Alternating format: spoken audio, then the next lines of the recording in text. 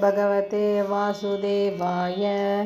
ॐ श्रीकृष्णाय परब्रह्मणे नमः। अथ श्रीमन्नारायणीयं प्रथमं दशकं श्रीभगवन्महिमानुवर्णनम्।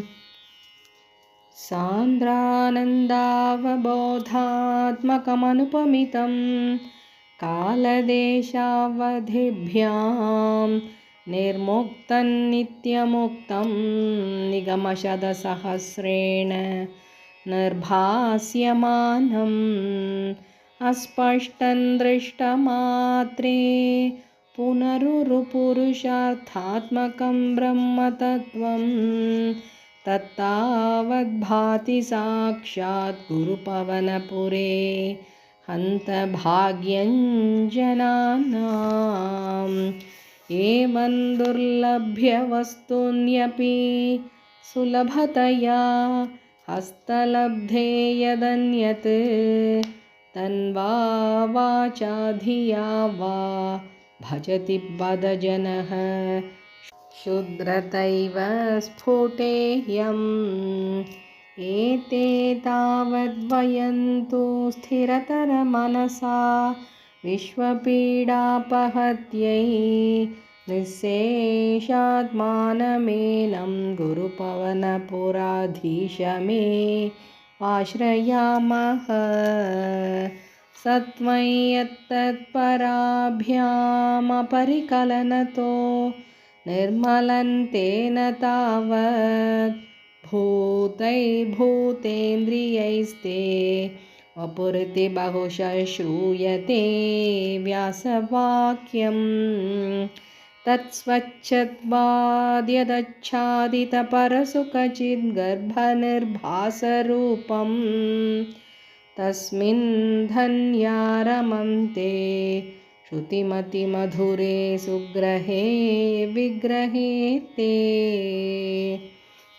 निष्कम्पे नित्यपूर्णे निरवधि परमानन्दपीयूषरूपे निर्लीनानेकमुक्तावलिसुभगतमे निर्मलब्रह्मसिन्धौ कल्लोलोलासतुल्यं खलु विमलतरं सत्त्वमाहुस्तदात्मा। कस्मान्नो निष्कलस्त्वं सकल इति वचस्त्वत्कलास्वेव भूमन्।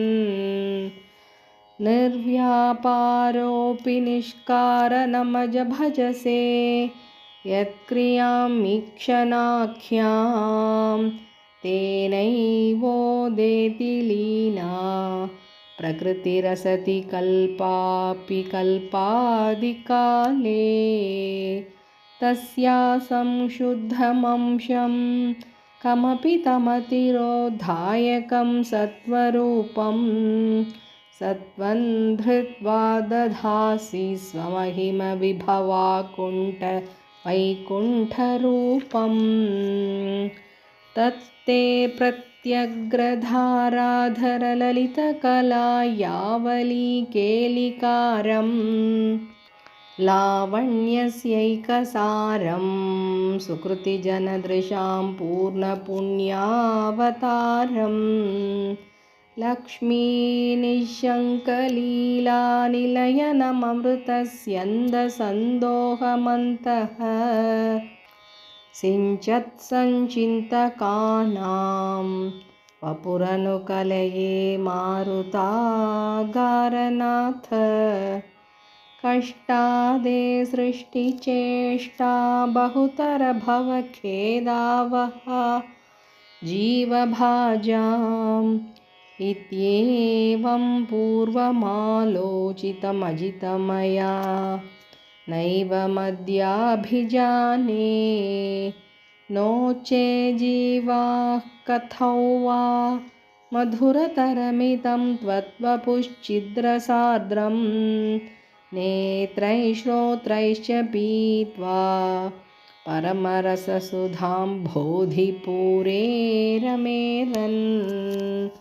नम्राणां सन्निधत्ते सततमपि पुरस्तैरनभ्यर्थितान् अप्यर्थान् कामानजश्रम् वितरति परमानन्दसान्द्रां गतिं च इत्थं निःशेषलभ्यो निरवधिकफलपारिजातो हरे त्वं क्षुद्रं तं शक्रवाटी द्रुममभिलषति व्यर्थमर्थिव्रजोऽयम् कारुण्यात् काममन्यं ददति खलु परे स्वात्मदस्त्वौ विशेषात् ऐश्वर्यादिशतेन्ये जगति परजने स्वात्मनोऽपीश्वरस्त्वं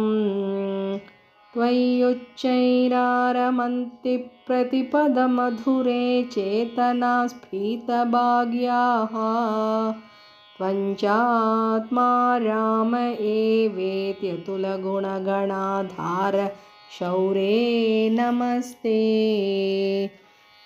ऐश्वर्यं शङ्करादीश्वरविनियमनं विश्वतेजोहराणां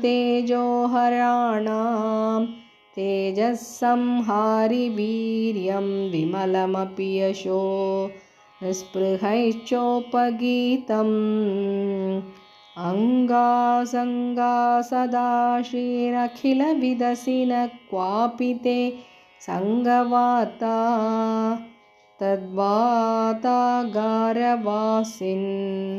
मुरहर भगवच्छब्दमुख्याश्रयोऽसि इति श्रीमन्नारायणीये भगवन्महिमानुवर्णनं नाम प्रथमं दशकं समाप्तं। नारायणाखिलगुरो भगवन्नमस्ते। नारायणाखिलगुरो भगवन्नमस्ते।